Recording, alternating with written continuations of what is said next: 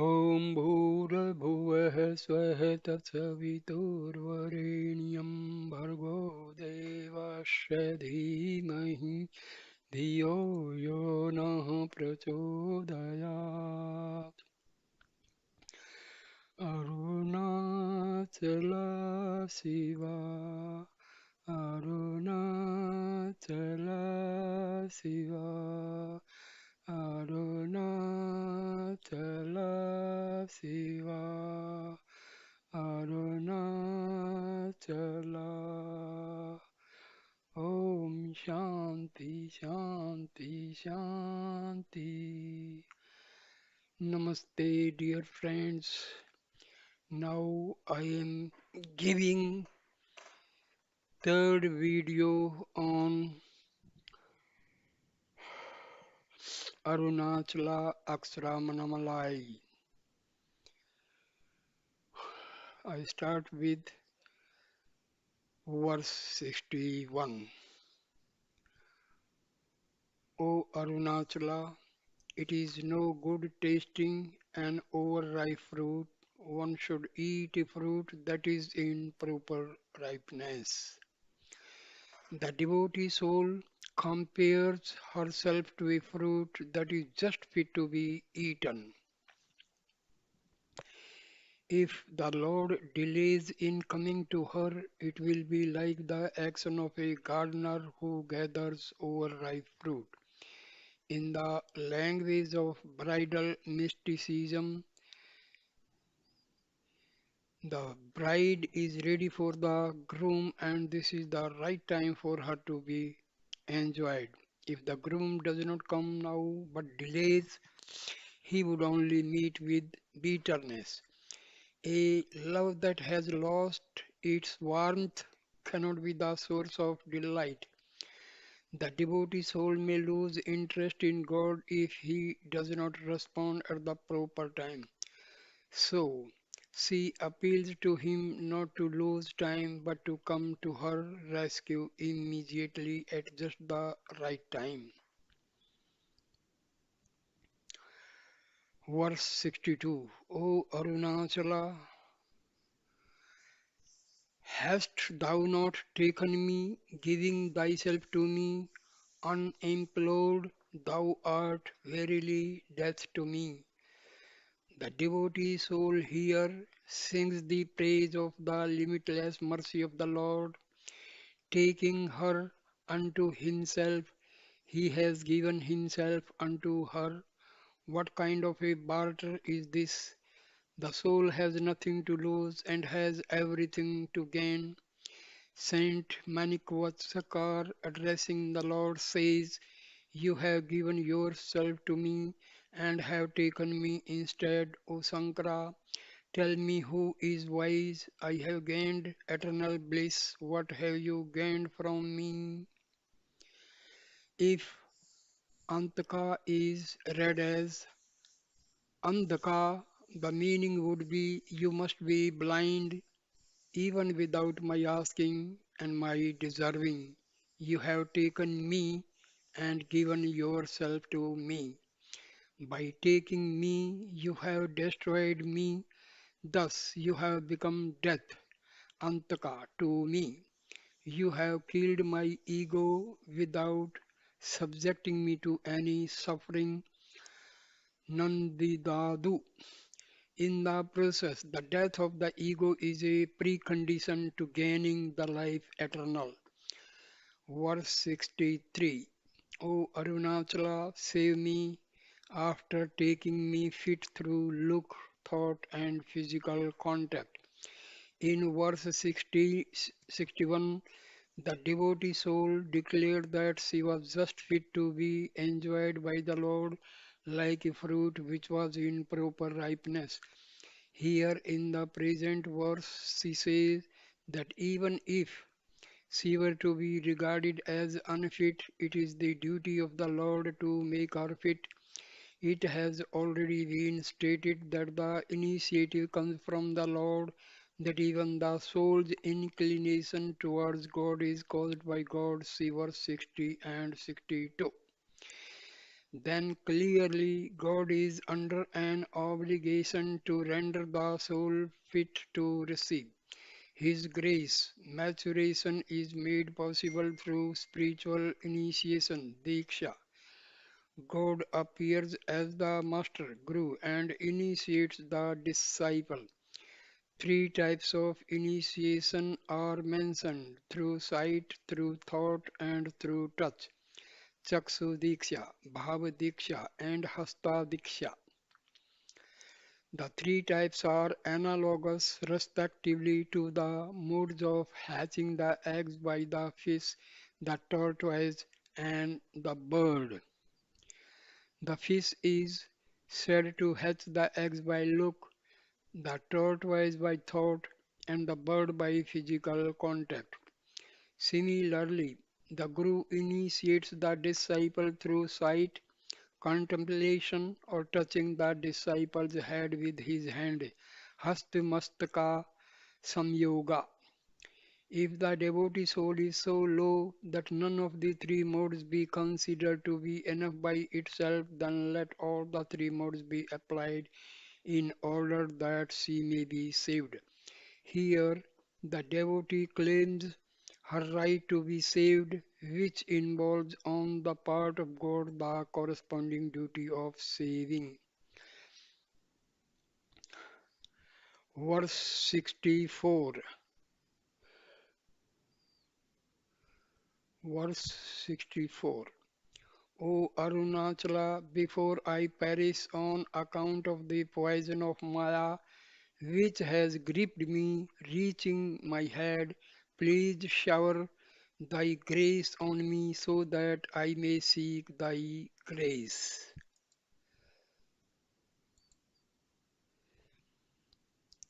Maya is the root cause of metapsychosis and misery. It is compared to a serpent whose poison is deadly. The comparison is apt because the usual example given in Advaita text of illusion is the rope serpent. Nescience, avidya, is another name for Maya. On account of nescience, the truth remains veiled and the non-truth gets projected. The means for removing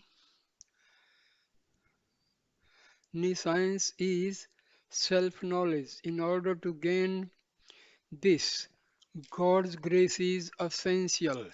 Hence the devotee soul prays here for grace. Nescience is wealth, wisdom is life.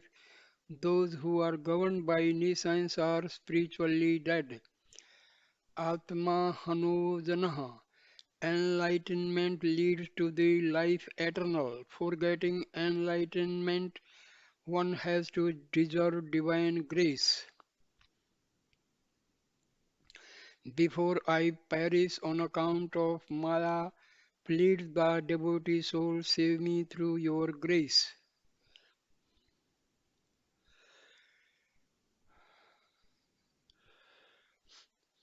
Verse 65. O Arunachala, do see and grant thy grace so that Maya may be destroyed. If thou dost not see and bestow grace, who in this world could tell thee?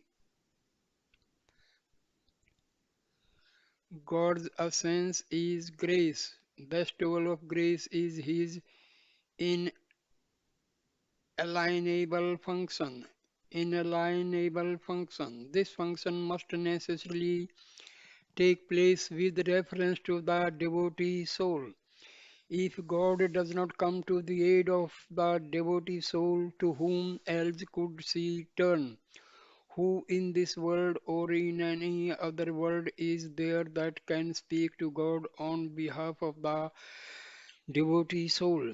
Even if such a one could be found, why should God be told of what his natural function is? Should anyone tell fire that it should burn? Does a mother require to be told that she should protect and nourish her child? The devotee soul has no doubt at all that God will shower His grace and save her from Maya.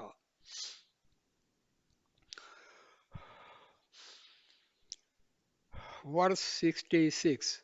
O Arunachala, making me get rid of the madness for sense pleasures, thou hast made me directly become mad for thee. Now give me through thy grace the remedy for overcoming this madness. Madness for sense pleasures is what is called lust. Madness for God is what is known as devotion. The technique of getting rid of the former is by replacing it with the latter. God is to be put in the heart where earlier the sense objects had dominated, or rather the flow of the mind should be turned towards God from its course which tends towards sense pleasures. Ishvara Kama, love of God, should take the place of Vishaya Kama, love of sense objects. This is bhakti. Madness for God also implies imperfection in so far as it involves a sense of separateness. It is to be used for the purpose of contracting the madness for sense pleasures, even as a thorn is employed for removing another thorn. But even God madness should be transcended in the sense that the goal of non duality should be gained. The final self realization is the remedy for God madness, and this remedy is to be had through God's grace. Verse 67. O Arunachala, without fear I have sought to reach thee that art fearless. Then why art thou afraid of being united with me? I requires It requires great courage for anyone to leave the lure of sense pleasures and to seek to be united with God. Such a one is the true hero, the hero. The devotee soul feels happy that she has escaped from the clutches of sense objects and has learned to rely on God as the sole refuge. There can be no fear in God. God is fearless because He is non dual. It is only where there is duality that there can be fear. The devotee soul longs for the realization of non duality, which is fearlessness. God should welcome this. Why then does He hesitate to accept the soul? Does it mean that he is afraid? What reason is there that he should be hesitant? So the devotee soul pleads with the Lord that he should fulfill her longing without delay. The first line may also be rendered thus: frightened by sense objects, I have sought to be united with thee that art fearless. Verse 68. O Arunachala, which is wrong knowledge, say which is right knowledge, and bestow thy grace so that I may attain the latter. Ignorance is not mere absence of knowledge, it is perverted or wrong knowledge. It veils the real self and projects the non real world. Thus, it becomes the root cause of bondage. The removal of ignorance is through right knowledge. Knowledge of the non dual self, it is the immediate experience of the truth that releases the individual from its individuality and enables it to realize its non difference from the self. In order to gain this final goal, the devotee soul prays for God's grace. Even to be able to distinguish between right and wrong knowledge, the guidance of God or Guru is necessary. The venom of error consists in its posing to be truth. In order to unmask error, one has to gain wisdom which results from divine grace. When wisdom is gained, there is no duality any longer, no sorrow. Verse 69. O Arunachala, let this mind which is now attached to the world get attached to the whole and become wedded to the whole. Do bestow thy grace. What occupies the mind in the state of ignorance is the non-real world of which it itself is a part. The world fills the mind, the world is too much with it. It is on account of this that there is misery, endless suffering. The way to remove misery lies in detaching the mind from the world and attaching it to God, who is the whole Purna. When the whole occupies the mind in the language of bridal mysticism, when the mind is married to God, the mind gets dissolved and what remains is the non-dual Brahma, bliss experience. Purnamanam, which means plenary marriage or marriage with the plenum, is the consummation of the life divine. It is the same as Advaita Anubhava, non-dual experience.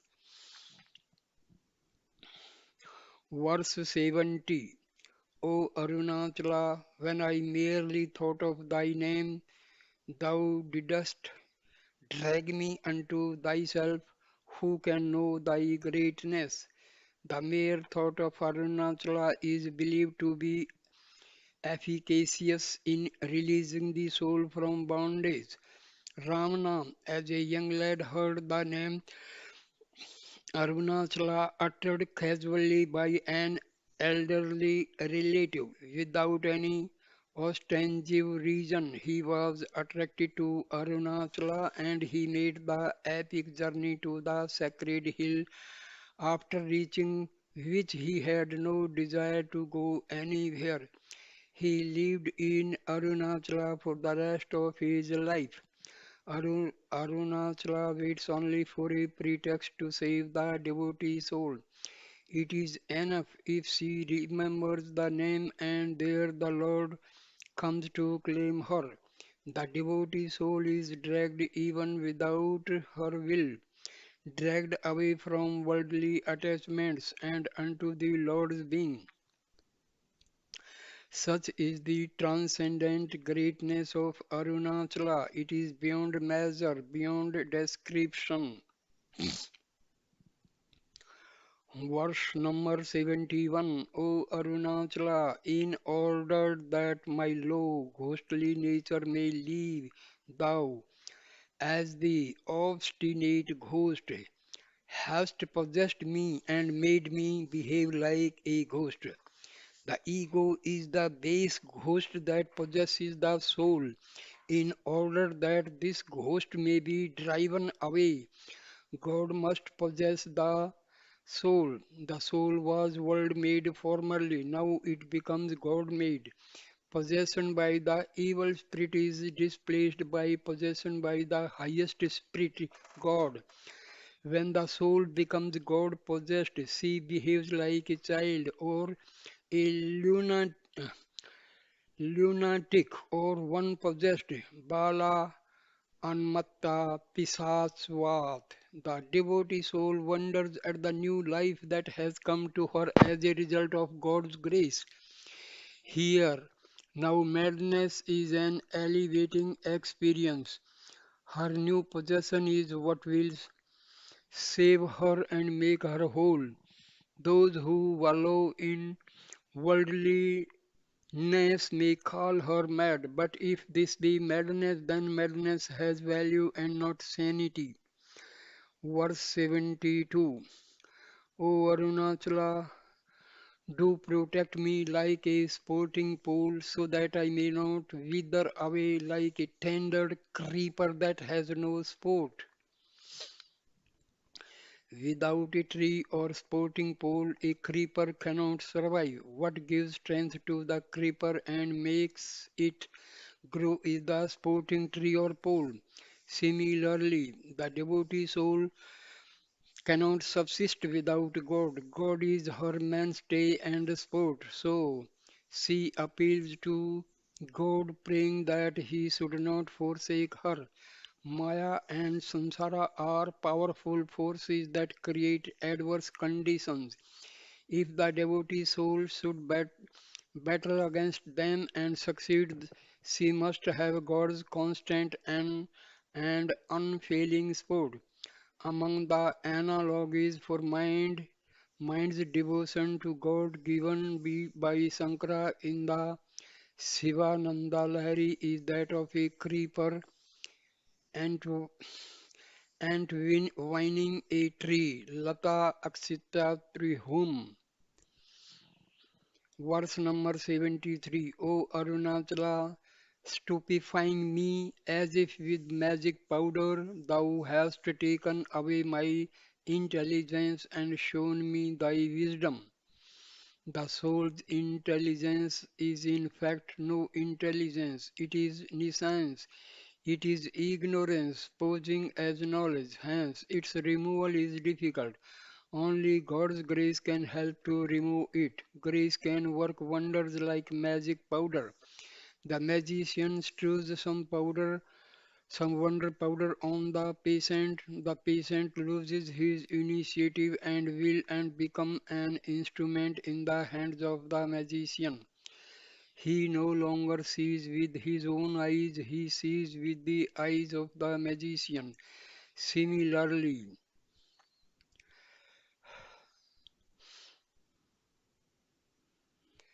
similarly, the Lord who is the greatest magician overpowers the devotee soul with his magic spell, grace, so that the soul may have her ignorance, which is mistaken as intelligence, destroyed.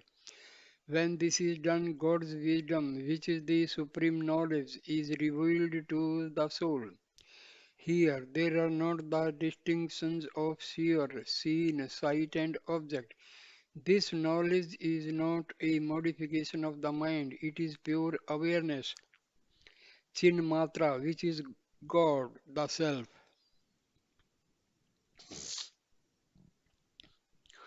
O Arunachala, in the common space where there is neither going nor coming, show me the battle that is waged by grace.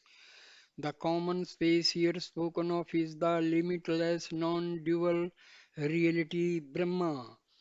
The ether of the heart is a symbol for it. Here there is no bondage, no duality, no birth, no death.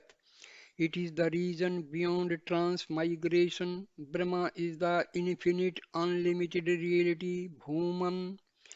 Since there is no duality there, there is no question of going and coming, birth and death, and all change can belong only to individuals. But there is no individualism in Brahma, which is one only, without a second. Ekam eva Advityam. Gaining this Brahma is the goal of life. How is it to be gained? By battling against and conquering plurality with the notion of plurality and its cause, nescience. This battle can be successfully waged only with the help of God's grace. The devotee soul here prays for a sight of this battle royal between the darkness of ignorance and the light of wisdom, the success of the latter assured with the help of divine grace, which is only another name for wisdom. Verse 75. O Arunachala, rid of the attachment to the body made of the elements, let me ever behold thy splendor and be united with it through thy grace. What conditions the soul and makes it limited is its attachment to the body. The body and the mind are products of the elements which constitute the not self. On account of nescience, the soul thinks I am the body is mine. It is this false identification that involves the soul in transmigration. When this false identification is removed, the soul realizes its true being in the non dual reality Brahma. Brahma is Sattva Chitta Ananda, the supreme splendor. The soul is the same splendor apparently imprisoned. When this imprisonment is removed through grace, which is the same as knowledge, the soul realizes the truth of non duality. Verse 76. O Arunachala, when thou dost administer medicine for delusion, why should I continue to be deluded? Be thou resplendent as the gracious heel of medicine. Delusion, ignorance is the cause of bondage. That is the basic malady from which the soul suffers. God administers the cure for this malady. He is himself the physician, Bhisak, and the medicine, Bhesjam. That being so, why should the soul despair? The ultimate reality in the form of the Aruna heel is the supreme medicine for the soul's illness. The mere thought of it will cure the root disease of bondage. Alternative meaning of the words Mela Maram Didani Mala Dabo. Thou who hast the daughter of the mountain Parvati on thy left side, why shouldst thou shrink from administering the medicine that will cure the disease of delusion?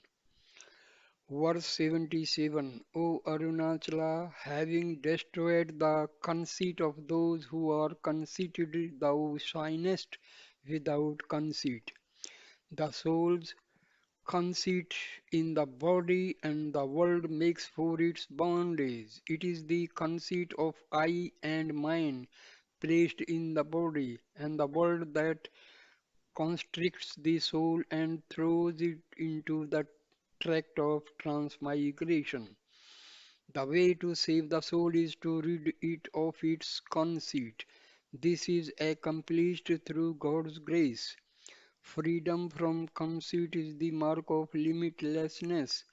God, who is the non-dual reality, has no conceit. It is by realizing the grand identity that one becomes free from conceit. O Arunachala, as I am prescient, I cringe only when overpowered. Without deceiving, bestow thy grace on me. Self-conceit is a consequence of a prescience. The ego gets puffed up and overestimates its importance. Not knowing its importance, it imagines that it is all powerful.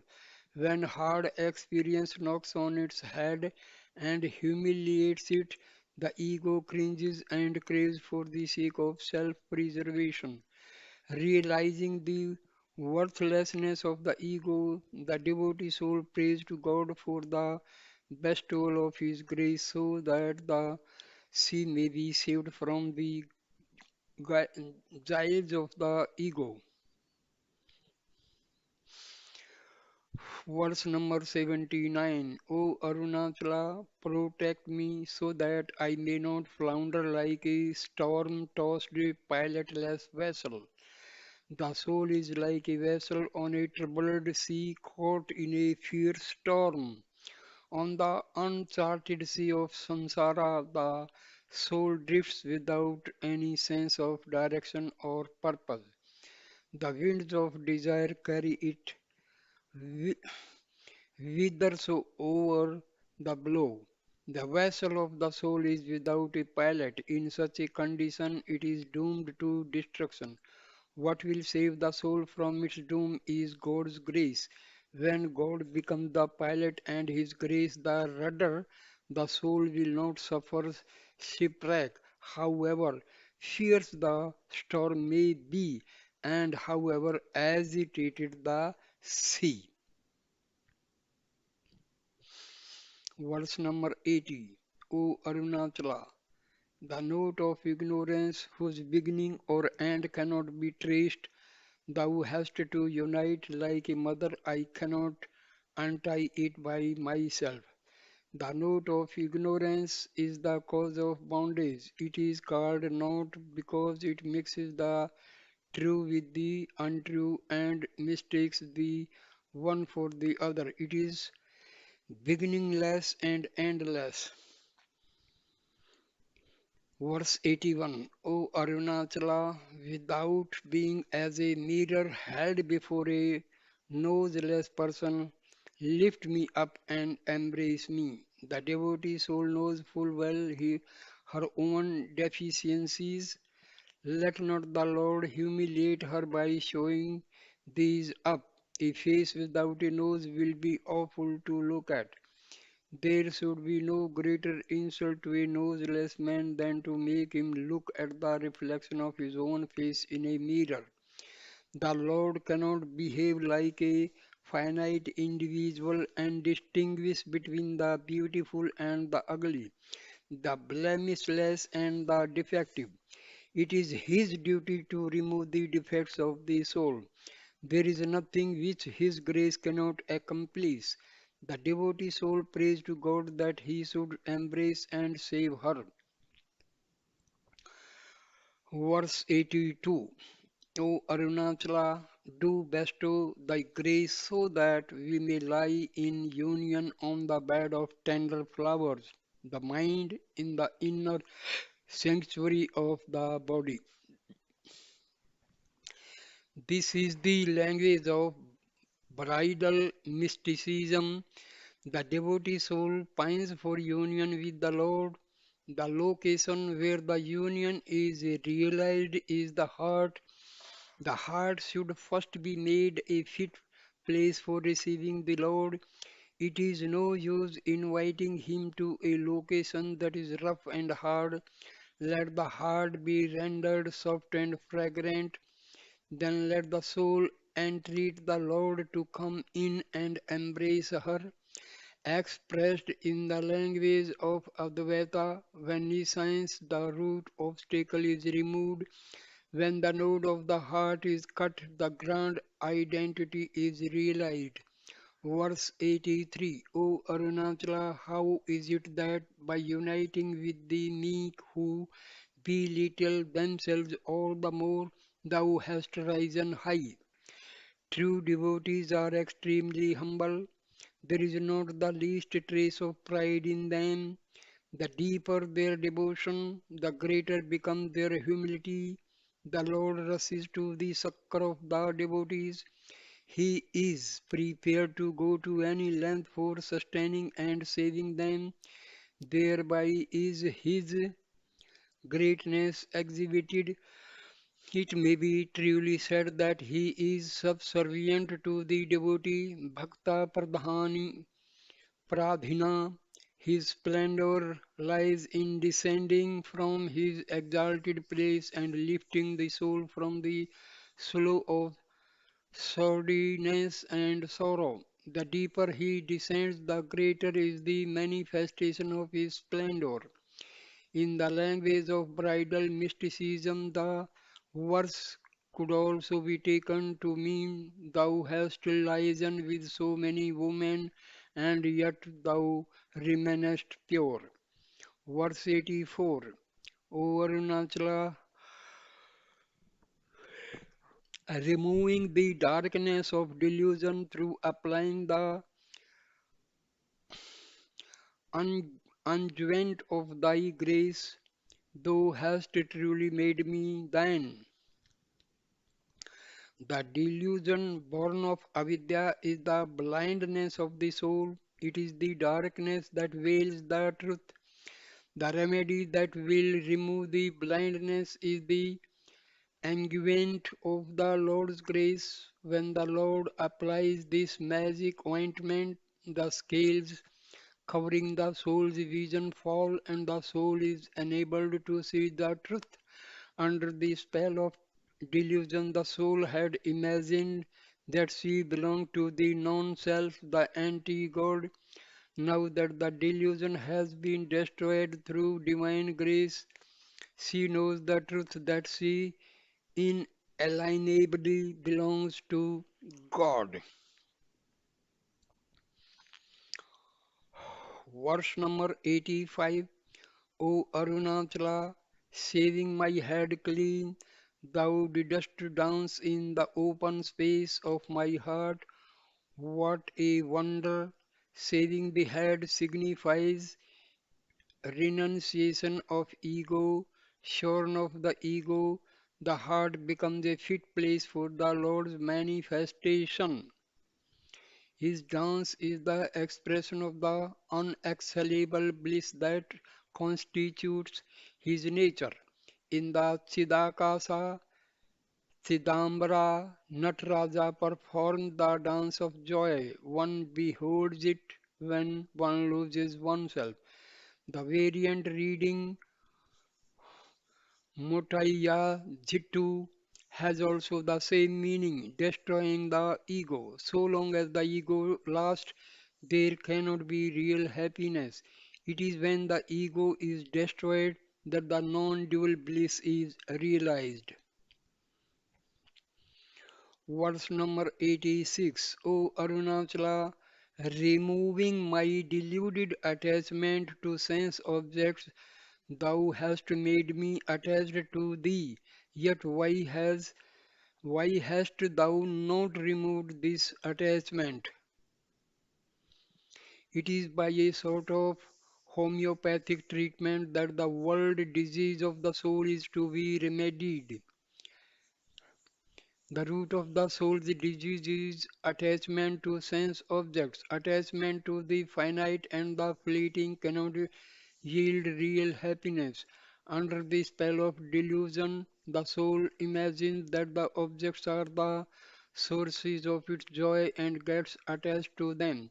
In order that the soul may be saved from sorrow, it must be detached from the objects.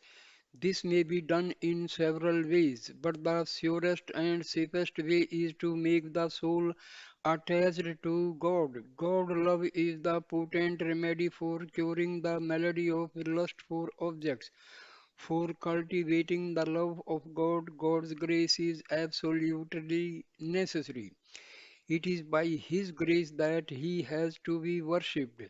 The soul's journey to its goal, however, should not stop with the establishment of worshipped relation with God. While the relation with the divine serves to remove the relation with the undivine, it itself cannot be left unsublated. The worshipper worshipped relation sublimates all other relations, and that itself gets transcended in Advaita experience. It is for this state of transcendence that the devotee soul prays in the present verse. Verse 87. O Arunachala, if one be silent without speech like a stone, would this be silence? If external silence were the sine qua non of wisdom, the dumb ones would be the most wise. Nay, the state of perfection would have to be compared to that of a stone. Conscious control of speech is no doubt a valuable discipline, but one should not mistake speechlessness for enlightenment. True silence is stillness of the mind. Here, mental stillness means rendering the mind calm and unperturbed. In fact, genuine silence is the plenary experience called upasanta, the supreme quietude. This is mona in the proper sense of the term. Verse 88. O Arunachala, who was it that threw mud into my mouth and robbed me of my living? This is Ninda Satuti, praise in the guise of blame. The transmigrating soul feasts on the objects of sense. It derives its sustenance from nescience. It imagines poison to be food and seems to thrive on it. God reclaims the soul by turning it away from sense objects and by destroying nescience. The devotee soul praises the saving grace of the Lord. Thro- Throwing mud into the mouth means denying food, and robbing one of one's living means taking away the means of sustenance. The Lord's grace makes ruinous life and false existence impossible.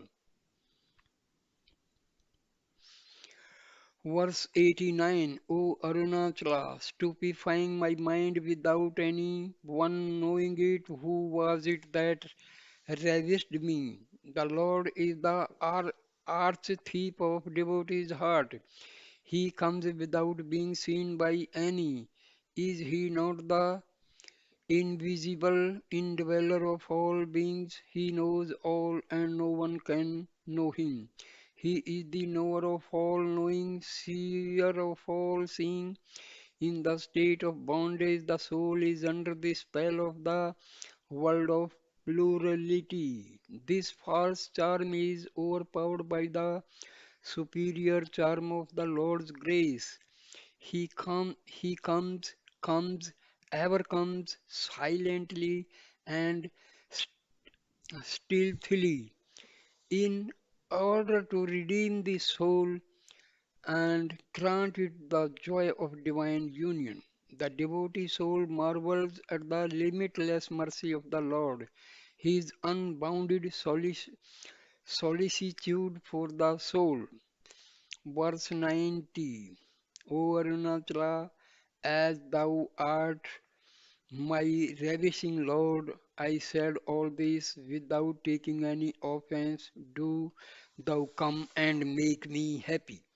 The devotee soul has been taking liberties with the Lord. She has been cutting jokes, mocking at him, and even scolding him. She now reflects on her conduct and fears she that she might have exceeded her limits. She pleads with the Lord not to get offended and displeased with her behavior. All her extravagance was prompted by love and love alone. She has no grudge against the Lord, whose grace is spontaneous. So she entreats him to come and bless her. If she has used any harsh words, it is to make him come and not to drive him away. In fact, how can he be driven away since he is the inner immortal ruler? Verse 91. O Arunachala, come, we shall enjoy one another in the house of pure space, that is heart ether, where there is neither night nor day. Here in this verse, the devotee soul invites the Lord to come into the house of her heart, which is the fittest place for her to enjoy the bliss of non duality with Him. The heart ether is pure and unsullied, unlike the mind ether and the element ether. The latter two are manifestations of Prakriti Maya. The heart ether is pure consciousness. In it there is neither the mind nor are there ether and other elements. The Tamil Vidu means house and also the state of renunciation or liberation. The heart is the reality where one has been liberated from egoity, etc. It is the state of quiescence where there is no duality. It is the timeless experience where there is no day or night. The devotee soul longs for this experience where she will be one with her Lord. Verse 92. O Arunachala, making me the target, thou hast released the weapon of grace at me and hast devoured me alive. In an Upanishadic text, it is said, Parnava Om is the bow, the self verily is the arrow, and the Brahma is stating to be the target. It has to be hit unerringly, and like the arrows one must become the nature of that. The same truth is implied in the present verse, only the relation is reversed. As the language implied is the language of bridal mysticism, the soul is the target, the arrow is the grace, and the one who takes the aim is the Lord. The hound of heaven comes hunting for prey and will not leave the litter without destroying it completely. But this destruction is what the devotee devoutly wishes for. She is only too willing to offer herself as food to be consumed by God. The consummation of joy lies in the complete annihilation of the ego.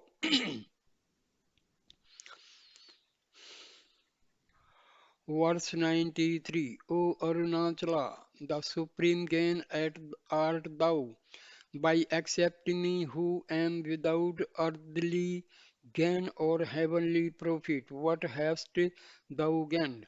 Arunachala, the Godhead is the soul's final goal, Parma Purushartha, the supreme end. Hence, since God has no desire to be fulfilled, he has nothing to gain. He is the self-established, self-luminous, all-full reality. Sri Krishna says in the Bhagavad Gita, there is nothing in the three worlds for me to do, nor is there anything to be attained that has not been attained, yet I continue to work. Chapter 3, verse 22. The work that God does is to save the souls by a shower of His grace. Even the best of souls has come demerit or other. No soul can claim that it has gained all that is desired to gain. The devotee soul realizes her own unworthiness. God has nothing to gain by accepting her. That He has accepted her only shows His abundant mercy. One of the Seva saints, Manika Vachaka, sings, what thou hast given is thyself, and what thou hast gained is myself. O Sankara, of the two of us, who is the knowing one? I have obtained the bliss that knows no end. What hast thou gained from me? Verse 94. O Arunachala, didst thou not ask me to come? I have come. Now thou hast to measure out for my maintenance. If thou should not suffer, it is thy fate. Saving the souls even by force and without their conscious will is what God's grace does. The call of God is there ever for the soul. In the case of the rare soul, there is ready response to this call. The devotee has come to God at his call. He cannot now disown her, saying that she must suffer her lot. Has fate any power as against God's will? God has called the devotee soul, and it should be his lot, even if it is hard to bear her burden. Sri Sankara says in the Shiv Anandalahari, verse 15, addressing the Lord of souls, if thou art not indifferent towards my Lord, why is it that thou dost not destroy the decree of Brahma in regard to me that makes me turn away from meditating on thee, and that fills me with evil desires? If thou art powerless, how was that head of Brahma, which cannot be plucked with a thumbnail and which is hard plucked effortlessly by thee without the merest tip of thy thumbnail? In Hindu mythology, the deity that decrees fate is Brahma, the creator. According to legend, Brahma had originally five heads, but Shiva plucked off one of them. The Varaha Purana says that Brahma created Rudra and asked him to protect the world. While doing so, Brahma addressed Rudra as Kapali, a term of insult. Rudra got angry and plucked off Brahma's fifth head with his thumbnail. That only a thumb or the merest tip of it was used for severing the head of Brahma emphasizes the immense power of God Shiva to whom the verse is addressed. God cannot throw the blame on fate and keep quiet, for is he so powerless that he cannot set it right? What can really stand against the might of God? What can fate do as against the grace of God? Sri Krishna has made this promise in Bhagavad Gita. Those people who worship me truly thinking me to be non-different, that is as the non-dual self. For them that are ever united in thought with me, I bear the responsibility of securing what they want and protecting what they have. Chapter 9, verse 22. The following story is illustrative of the truth as taught in this verse. Once upon a time there were two brothers. The elder was given to the practice of penances, the younger was the breadwinner. The younger would bring home everyday provisions and other household articles and give them to his wife. That lady would share the provisions with the wife of the elder brother. The latter would do the cooking, etc., and keep the food ready for noon, when her husband would come back from the riverside where he performed his penances. His wife would serve him with food. He would offer the food to God and then partake of it. Immediately he would return to the river bank to resume his penances. This went on every day for a long time. At long last, the wife of the younger brother was put out at what she considered to be the vegetative and wasteful life of her brother-in-law. She stopped supplying provisions to her sister-in-law.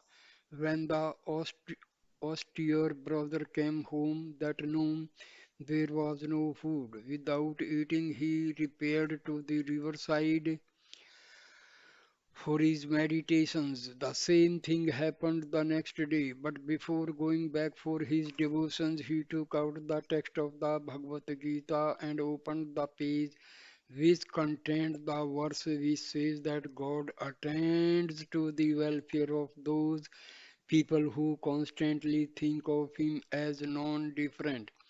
He thought that these were not the Lord's words and that the verse should have been interpolated. So he scolded out and went back to the river bank. When he had gone, the Lord Hari went to his home with cartloads of provisions and wealth, delivered them to the lady and disappeared. The lady hurried to the bank of the river, met her husband, and related to him what had happened. The pious man went home, beheld the wondrous doings of the Lord, took out the text of the Bhagavad Gita again, and wrote with his own hand the expunged verse. The lesson of the story is that the sincere aspirant has nothing to be worried about, not even about his subsistence in the body. Dread, anxiety, etc., can have no place in his mind. His is the truly carefree life. His only concern is with his spiritual progress. He should look upon the world, including his body, as the superimposed appearance on the non-dual self.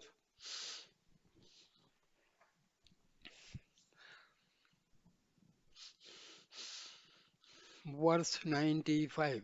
O Arunachala, the day when thou didst say, Come, and I, by thy grace, entered along with thee into the heart, that very day I lost my individual life. This is thy grace. It is when the ego is lost that self is gained, and the gaining of the self is due to the grace of the self. The ego is a mere phantom created by nescience.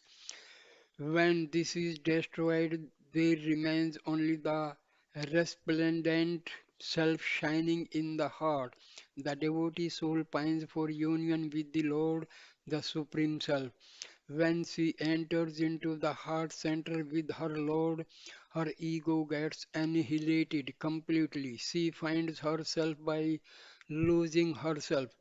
Separated existence is the cause of misery. When this is realized to be an illusory manifestation, misery disappears and there is the experience of unexhalable bliss. Verse 96. O Arunachala, if I give up thy remembrance at the time of death, I shall have trouble and be born again. Do shower thy grace that I may die without giving up remembering thee. The last three thoughts are the most important ones, for it is they that determine the soul's future. Jadabharta had to be born as a deer in spite of his earlier austerities because his last thoughts were centered around the pet deer he had been bringing up. The devotee soul prays that her last thought should be on the Lord. Sri Krishna says in the Bhagavad Gita, thinking of whatever object one leaves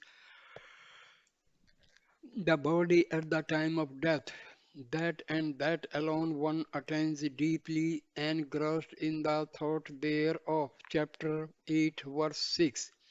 He who departs from the body thinking of me alone, even at the time of death, attains my state. In regard to this, there is no doubt. Chapter 8, verse 5. The last thoughts will depend upon those which one habitually thinks. Therefore, one should always think of God if one's last thoughts should be about God. Verse 97. O Arunachala, dragging me out of my house, the ego, thou hast made me enter into the heart home, and slowly thou hast shown me that itself as thy home, such is thy grace. The ego is the false I.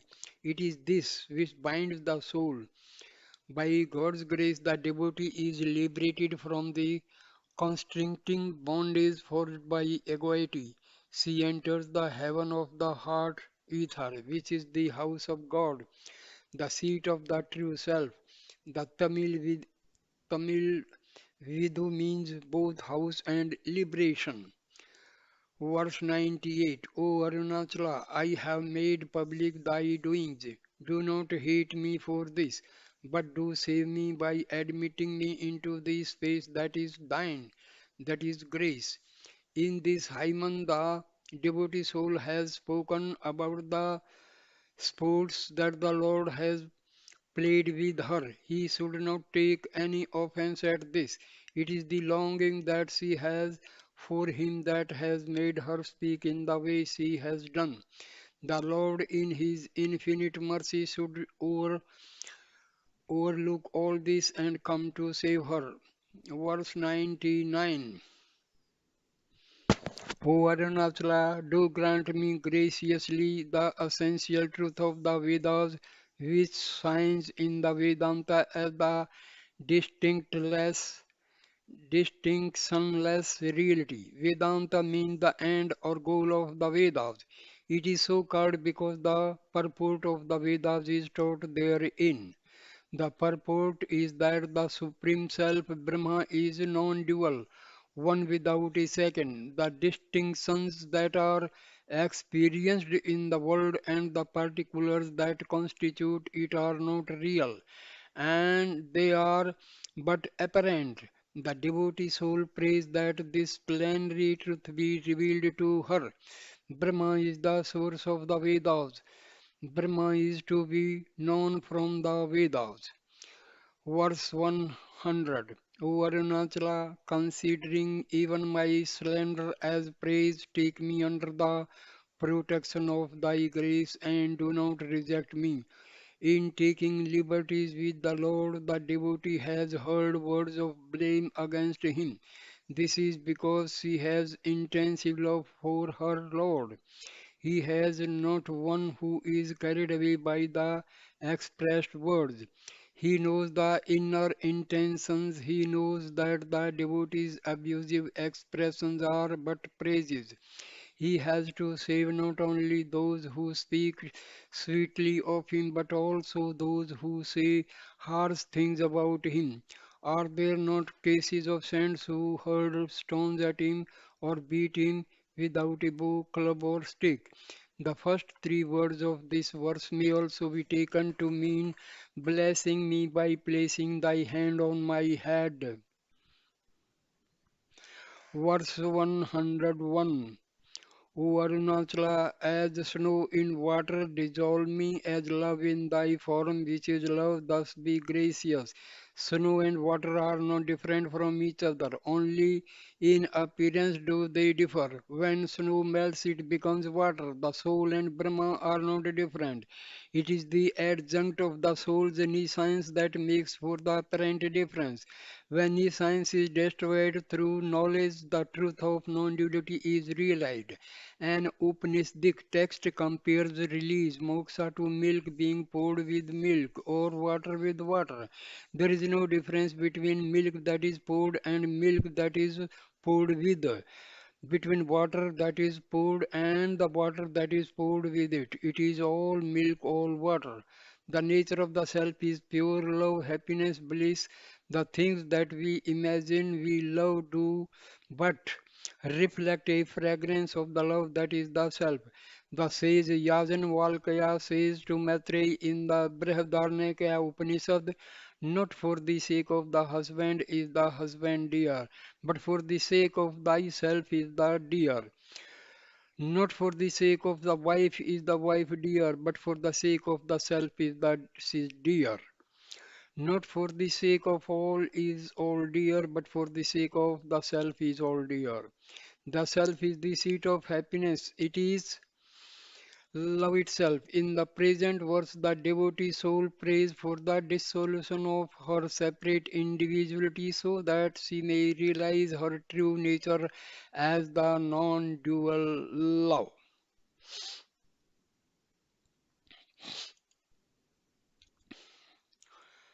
So I stop the video here. Thank you for watching and listening this video. Please subscribe my channel. Thank you, my dear friend. Thank you. Arunachala Shiva, Arunachala Shiva, Arunachala Shiva, Arunachala.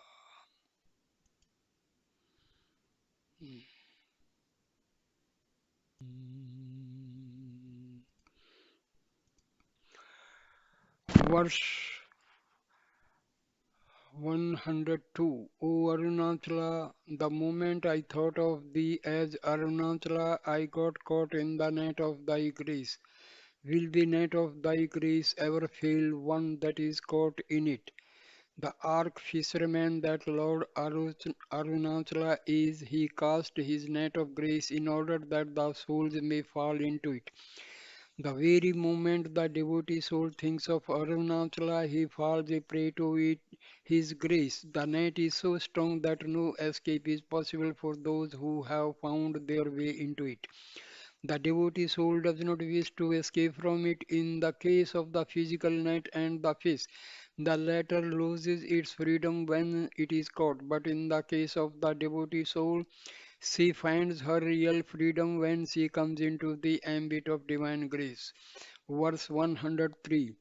O Arunachala, thinking of thee as I got caught in thy grace, thou didst bind me like a spider, imprison me and eat me up. The analogy of the spider and its web is implied here. The spider weaves the web out of its own bowels, waits for the insects to get caught in the web, runs towards these victims, and swallows them. Arunachala, the Supreme God, had spread his web of grace so that the devotees could be saved. Being swallowed up by God means destruction of the ego through enlightenment and grace.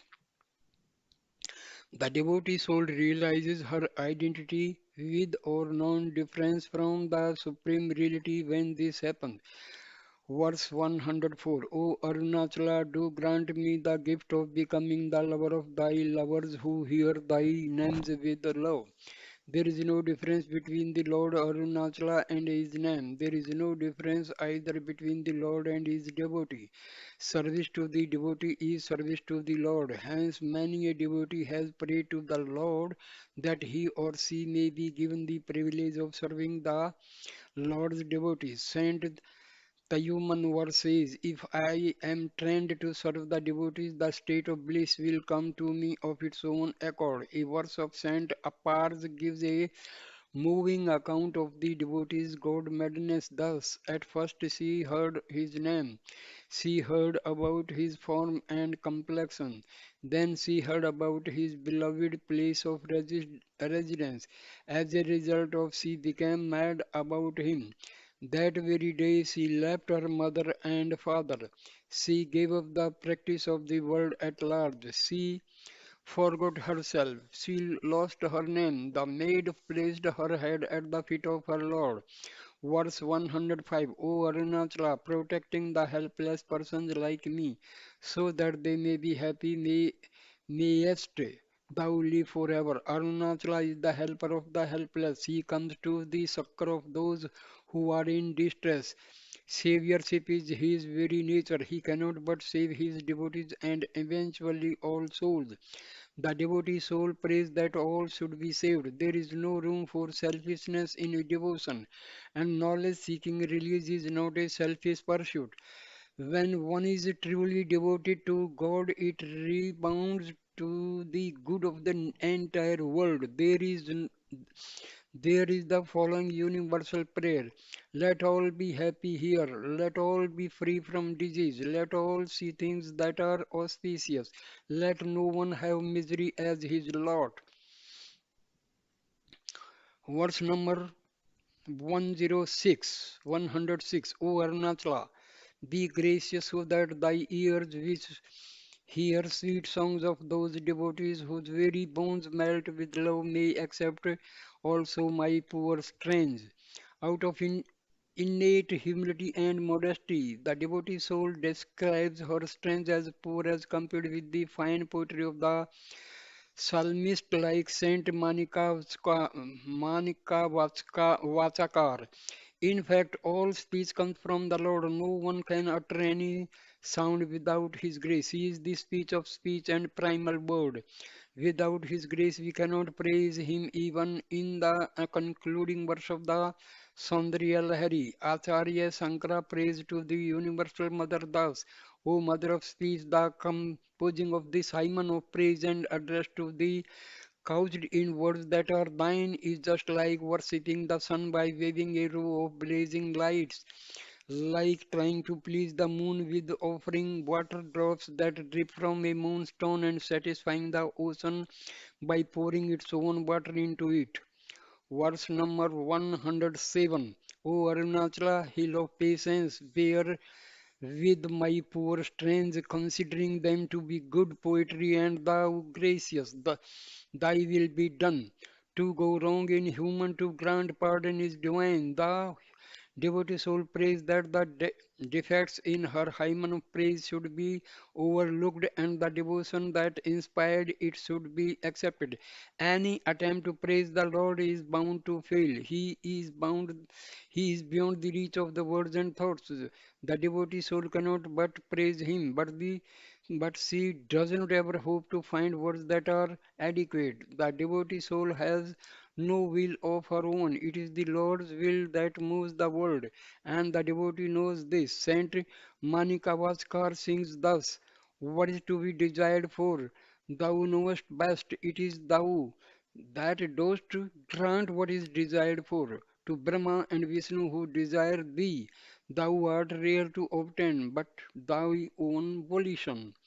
Thou didst assume lordship over me. Therefore, whatever be thy pleasure, do that thou graciously. I seek the same. But if there should remain in me any trace of a trait, desiring something of my own volition, is not that to thy sweet will.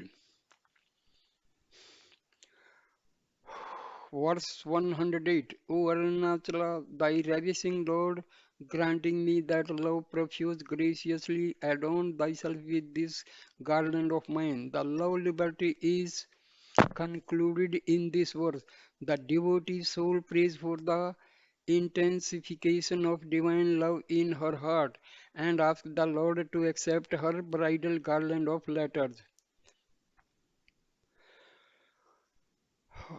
Long live Arunachala, long live the devotee, long live this bridal garland of letters. So here ends the video. Thank you for watching, listening this video.